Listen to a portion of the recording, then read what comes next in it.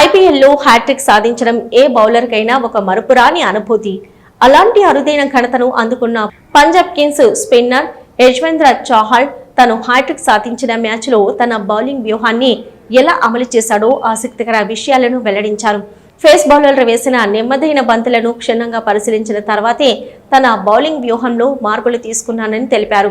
IPL అధికారిక వెబ్సైట్లో captain Shreyas అయ్యర్తో మాట్లాడుతూ చాహల్ ఈ విషయాన్ని పంచుకున్నారు.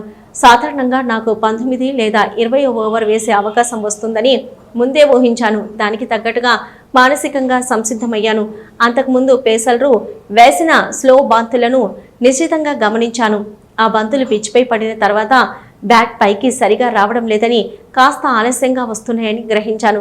అది చూశాక నేను ఏ ప్రాంతంలో బంతులు వేయాలో ఒక స్పష్టత వచ్చిందని చాహల్ వివరించారు. హ్యాట్రిక్ గురించి తాను ముందుగా ఆలోచించలేదని, తన అత్యుత్తమ ప్రదర్శన ఇవ్వడంపైనే దృష్టి సారించానని చాహల్ పేర్కొన్నారు. నిజం చెప్పాలంటే హ్యాట్రిక్ గురించి నేను ఏమాత్రం ఆలోచించలేదు.